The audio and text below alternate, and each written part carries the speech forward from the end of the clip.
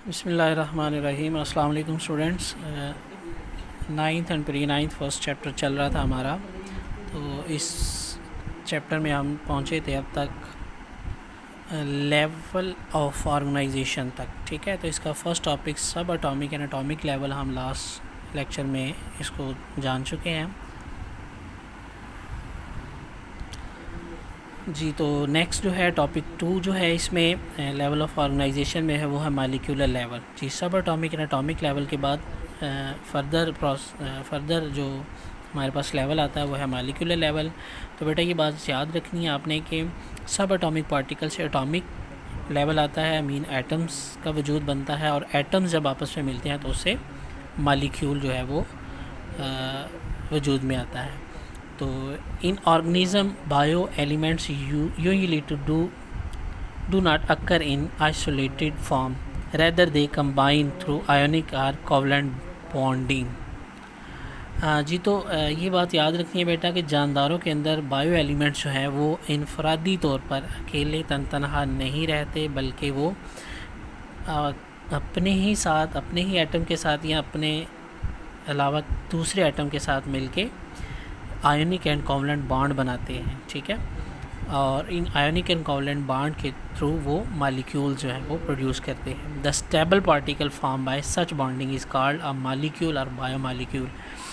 तो ये बात याद रखें कि आयोनिक एंड कोवलेंट बॉन्डिंग से जो मॉलिक्यूल बनते हैं वो स्टेबल पार्टिकल कहलाते हैं, और स्टेबल पार्टिकल बनने के बाद आप कह सकते हैं कि हम इन्हें मॉलिक्यूल्स यानी एटम्स के मिलने से मॉलिक्यूल्स बनते हैं या बायोमॉलिक्यूल को नाम दे सकते हैं जी। तो इसके बाद है an organism is form by enormous number of biomolecule जी। एक जानदार के अंदर बहुत ज़्यादा तादाद में बायोमॉलिक्यूल जो हैं ऑफ 100 ऑफ डिफरेंट टाइप्स, वो हज़ारों सैकड़ों की तादाद में मौजूद होते हैं। These molecule are the building material and are themselves constructed in great variety of complexity due to specific bonding arrangement. तो ये मालिक्यूल जो है वो एक बिल्डिंग मटेरियल का काम करती हैं बॉडी की ग्रोथ के लिए, उसकी कंस्ट्रक्शन के लिए, और ये complexity due to specific bonding arrangement, और ये अपनी ख़ास अरेंजमेंट की वजह से बहुत ही कम्प्लेक्स या पेचीदा होते हैं। Biomolecule are classified as micro molecule and macro molecule. तो ये बात याद रखें, जब हम मालिक्यूल की बात करेंगे तो मालिक्यूल के आगे 2 टाइप्स हैं, एक माइक्रो मालिक्यूल है और दूसरा मैक्रो मालिक्यूल है। बेटा माइक्रो मालिक्यूल जो है वो वेट में छोटे होते हैं, जो मालिक्यूलर वेट में कम हो उन्हें माइक्रो मालिक्यूल कहते हैं, जैसे ग्लूकोज एंड वाटर। और बेटा मैक्रो मालिक्यूल जो है ये वो है जो मालिक्यूलर वेट में ज़्यादा होते हैं, हम उनको मैक्रो मालिक्यूल बोलते हैं। ठीक है जी।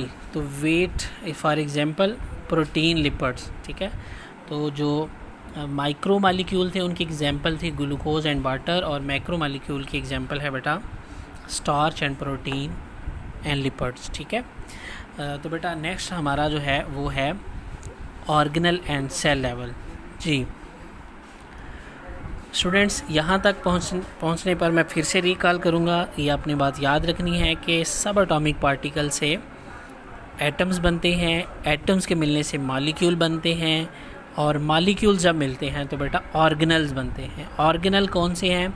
ये सेल के अंदर मौजूद जो पार्टिकल्स हैं, जो उज़वी उर्दू में हम कहते हैं, उन्हें हम ऑर्गेनल बोलते हैं। ठीक है, इसकी डायग्राम आपको चैप्टर 4 में नज़र आएगी, मैं अभी आपको दिखा देता हूँ जी। स्टूडेंट्स यहाँ पर आप देखते हैं ये प्लांट सेल है और ये एनिमल सेल है। ठीक है, अगर हम प्लांट सेल को देखें तो इसके अंदर ये आपको नज़र आएंगे लाइसोसोम, गोल्जी कम्प्लेक्स, राइबोसोम, ठीक है, स्मूथ एंडोप्लाज्मिक रेटिकुलम, वैक्यूल।